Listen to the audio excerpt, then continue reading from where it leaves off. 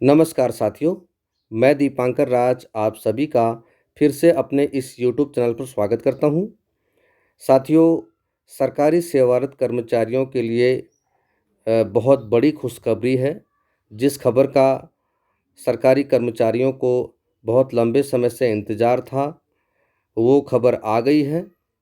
सरकार ने सरकार 8वें वेतन आयोग के गठन पर विचार कर रही है। यह बहुत बड़ी खुशखबरी सरकारी सेवारत कर्मचारियों के लिए है। तो इसके तहत इससे संबंधित बातें जो भी सामने आई हैं, उस पर हम इस वीडियो में चर्चा करेंगे।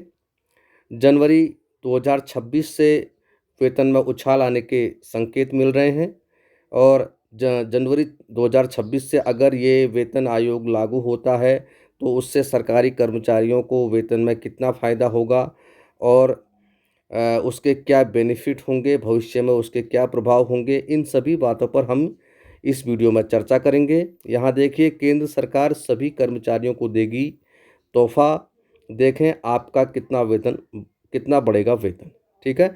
तो इन सभी बातों पर हम चर्चा करते हैं। आगे चलते हैं। हाँ, तो यहाँ देखिए,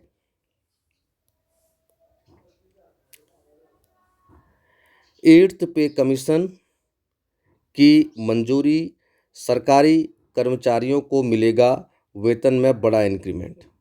तो इस खबर को आगे देखते हैं। 8th पे कमीशन न्यू अपडेट। केंद्र सरकार के कर्मचारियों और पेंशन भोगियों के लिए एक महत्वपूर्ण खबर आई है। सरकार ने 8वें वेतन आयोग 8th पे कमीशन को हरी झंडी दे दी है, जिससे लाखों सरकारी कर्मचारियों और पेंशन धारकों को लाभ मिलने की संभावना है। यह आयोग सरकारी कर्मचारियों के वेतन में वृद्धि के संबंध में अपनी सिफारिशें सरकार को सौंपेगा। पिछले कुछ वर्षों से कर्मचारी संघ वेतन वृद्धि की मांग कर रहे थे और अब उन्हें उम्मीद है कि यह आयोग उनकी मांगों को पूरा करेगा, ठीक है? तो 8वें वेतन के गठन से संबंधित खबरें सामने आ रही हैं, जिस पर सरकार विचार कर रही है। आगे देखते हैं। हाँ, सरकार हर 10 साल में एक नया वेतन आयोग गठित करती है और अब 8वें वेतन आयोग का गठन 2026 में होने की संभावना है। इससे पहले 7वां वेतन आयोग 2016 में लागू हुआ था, ठीक है? तो 7th पे कमीशन 2016 में लागू हुआ था और 8वां जो वेतन आयोग है उसके 2026 में लागू होने की संभावना है। इस बार कर्मचारियों की सैलरी में महत्वपूर्ण वृद्धि की उम्मीद की जा रही है। आइए जानते हैं इस नए वेतन आयोग के बारे में विस्तार से, ठीक है? आगे चलते हैं। अब देखते हैं 8वें वेतन आयोग का महत्व क्या है। 8वें वेतन आयोग का गठन केंद्र सरकार के 1 करोड़ से अधिक कर्मचारियों और पेंशन भोगियों के लिए बहुत महत्वपूर्ण है। यह आयोग कर्मचारियों के लिए न्यूनतम और अधिकतम वेतन में वृद्धि करने का काम करेगा। इसके साथ ही यह महंगाई के प्रभाव को कम करने में भी मदद करेगा, ठीक है? आगे चलते हैं। अब हम आते हैं वेतन आयोग के उद्देश्य, ठीक है? जो 8th पे कमीशन है उसके क्या क्या उद्देश्य होंगे। सैलरी संरचना में सुधार, सरकारी कर्मचारियों की सैलरी संरचना को बेहतर बनाना, महंगाई का प्रभाव कम करना, महंगाई के चलते बढ़ती लागत को ध्यान में रखते हुए सैलरी में वृद्धि करना, सेवानिवृत्ति लाभ बढ़ाना, पेंशन भोगियों के लिए बेहतर सेवानिवृत्ति लाभ सुनिश्चित करना, ठीक है? आगे चलते हैं। अब आते हैं हम 8वें वेतन आयोग का संभावित समय, यानी कब तक ये लागू हो सकता है, इसका जो संभावित समय क्या है उस पर आते हैं। आधिकारिक जानकारी के अनुसार 8वां वेतन आयोग जनवरी 2026 से लागू होने की संभावना है। सरकार ने अभी तक इसकी औपचारिक घोषणा नहीं की है, लेकिन विभिन्न मीडिया रिपोर्ट्स इस बात की पुष्टि कर रही हैं कि इसका गठन जल्दी ही किया जाएगा। ठीक है, आगे चलते हैं। अब आते हैं हम 8वें वेतन आयोग से अपेक्षाएं क्या होंगी, उस पर चर्चा करते हैं। 8वें वेतन आयोग से कई महत्वपूर्ण बदलावों की उम्मीद की जा रही है। न्यूनतम वेतन में वृद्धि, पहला है न्यूनतम वेतन में वृद्धि। न्यूनतम वेतन, वर्तमान न्यूनतम वेतन ₹18,000 से बढ़कर 34,560 हो सकता है। ठीक है, जो न्यूनतम वेतन है वर्तमान में वो 18,000 है और जो बढ़कर 34,560 हो सकता है। फिटमेंट फैक्टर, फिटमेंट फैक्टर को 1.92 पर सेट किया जा सकता है। ठीक है, अगला बिंदु देखते हैं। पेंशन में वृद्धि, मौजूदा न्यूनतम पेंशन 9,000 से बढ़कर 17,280 हो सकती है। ठीक है, अगला बिंदु, महंगाई भत्ता यानी डीए, महंगाई भत्ते में वृद्धि की संभावना है। ठीक है, महंगाई भत्ते में भी वृद्धि की संभावना है। आगे चलते हैं। अब आते हैं हम कर्मचारियों की मांगे, कर्मचारी संघों की मांगे। तो क्या क्या मांग हैं, इन पर चर्चा करते हैं। कर्मचारी संघों ने सरकार से कई मांगे रखी हैं। फिर नंबर 1 है फिटमेंट फैक्टर बढ़ाना। पिछले बार फिटमेंट फैक्टर 2.57 था, जिसे बढ़ाकर 3.68 करने की मांग की गई थी। ठीक है, तो फिटमेंट फैक्टर पिछले बार 2.57 था, जिसे बढ़ाकर 3.68 करने की मांग की गई थी। अगला बिंदु देखो, सैलरी संरचना में सुधार।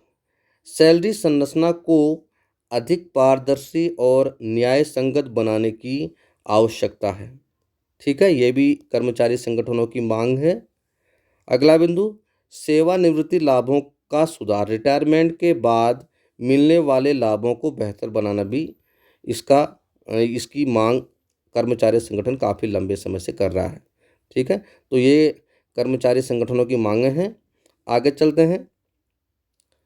हाँ, अब पिछले वेतन आयोगों का विश्लेषण देखते हैं हम कि पिछले वेतन आयोगों में न्यूनतम वेतन कितना था और स्थापना कब हुई, इससे संबंधित बातें देखते हैं। तो पिछले वेतन आयोगों का विश्लेषण। भारत में पहले भी कई वेतन आयोग गठित किए गए हैं। इनमें से कुछ प्रमुख हैं। पहला वेतन आयोग 1946 में गठित किया गया था। स्थापना इसकी जनवरी 1946 में हुई थी। उस समय न्यूनतम मूल वेतन 200 रुपये निर्धारित किया गया था। ठीक है, उसके बाद दूसरा वेतन आयोग 1959 में गठित किया गया था। स्थापना इसकी जनवरी 1959 को हुई थी और न्यूनतम मूल वेतन 350 रुपया निर्धारित किया गया था। तीसरा वेतन आयोग 1970 में गठित किया गया था। स्थापना इसकी जनवरी 1970 में हुई थी और न्यूनतम मूल वेतन उस समय 750 रुपया निर्धारित किया गया था। चौथा वेतन आयोग 1986 में गठित किया गया था। स्थापना इसकी जनवरी 1986 में हुई थी और न्यूनतम मूल वेतन उस समय 1,440 निर्धारित किया गया था। आगे चलते हैं।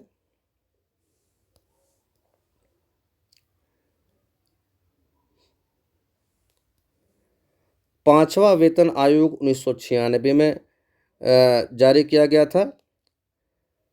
स्थापना इसकी जनवरी 1996 में हुई थी और न्यूनतम मूल वेतन 4,500 निर्धारित किया गया था। ठीक है, छठा वेतन आयोग 2006 में लागू हुआ था। स्थापना इसकी जुलाई 2006 में हुई थी और न्यूनतम मूल वेतन 7,000 उस समय निर्धारित किया गया था। सातवां वेतन आयोग 2014 में सातवां वेतन आयोग 2014 में जारी किया गया था। स्थापना इसकी फरवरी 2014 2014 में हुई थी और न्यूनतम मूल वेतन 18,000 निर्धारित किया गया था। ठीक है, और उसके बाद 8वां वेतन आयोग अब आने की उम्मीद है। ठीक है, आगे चलते हैं। अब छठे और सातवें वेतन के प्रभाव देखते हैं। छठे और सातवें वेतन आयोग के प्रभाव देखते हैं। छठे और सातवें वेतन आयोग ने सरकारी कर्मचारियों के लिए कई महत्वपूर्ण बदलाव किए। छठे वेतन आयोग ने न्यूनतम मूल वेतन को 7,000 से बढ़ाकर 18,000 किया था। इसी तरह सातवें वेतन आयोग ने भी कई भत्तों में वृद्धि की थी।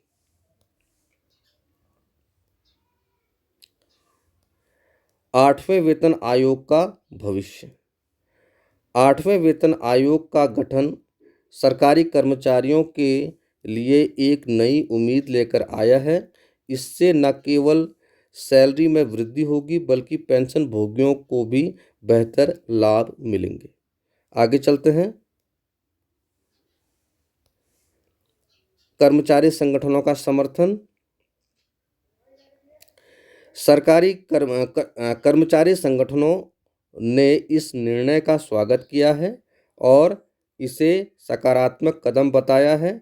उनका मानना है कि इससे कर्मचारियों का मनोबल बढ़ेगा और कार्यक्षमता में सुधार होगा। सरकार की भूमिका इसमें क्या है, देखते हैं।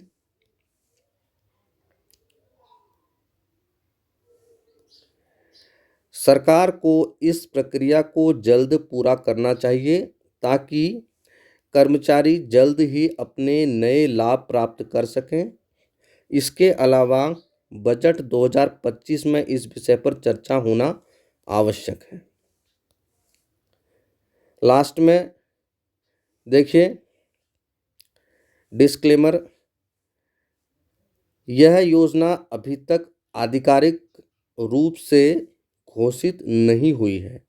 हालांकि मीडिया रिपोर्ट्स इस बात की पुष्टि कर रही हैं कि सरकार जल्द ही इस पर निर्णय ले सकती है। इसलिए इसे वास्तविकता मानने से पहले आधिकारिक घोषणा का इंतजार करना उचित होगा। ठीक है, तो यह खबर जो है ये मीडिया रिपोर्ट्स की सूचनाओं पर आधारित है। अभी इसकी आधिकारिक घोषणा आना बाकी है।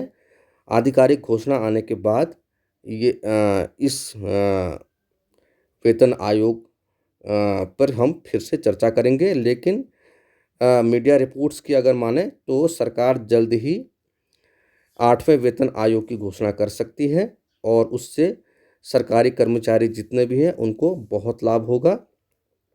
एक लंबे समय से 8वें वेतन आयोग की मांग सरकारी कर्मचारी संगठन कर रहा है, जो कि हर 10 वर्ष में जिस आयोग का गठन किया जाता है उसके अनुसार परिस्थितियों वश वेतन निर्धारण किया जाता है। तो इससे आने वाले समय में सरकारी कर्मचारियों को लाभ होगा, केंद्र सरकार के कर्मचारियों को भी लाभ होगा और राज्य सरकार के कर्मचारियों को भी लाभ इससे होगा। ठीक है, तो जितने भी सरकारी कर्मचारी हैं आप सभी को शुभकामनाएं। मैं भी एक सरकारी कर्मचारी हूँ। उम्मीद करते हैं कि यह आयोग जल्द ही गठित हो और जल्द ही प्रभावी हो, जिससे सभी को इसका लाभ मिले। और ये न्यूज़ मैंने गूगल न्यूज़ से ली है और मुझे लगा कि इस न्यूज़ पर एक वीडियो बनाना चाहिए और उस पर चर्चा करनी चाहिए। ठीक है, तो समस्त सरकारी कर्मचारियों को शुभकामनाएं और देखते हैं इसकी आधिकारिक घोषणा कब तक होती है। ठीक है, तो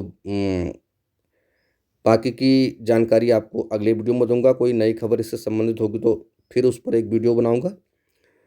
तब तक आप इस वीडियो को देखिए और अगर आपको ये वीडियो अच्छा लगता है तो आप इसे लाइक कीजिए, शेयर कीजिए, मेरे चैनल को सब्सक्राइब कीजिए ताकि मैं जो भी वीडियो अपलोड करूँ वो आप तक तुरंत पहुँचे। तो बाकी की जानकारी अगली वीडियो में। बहुत बहुत धन्यवाद आपका। नमस्कार।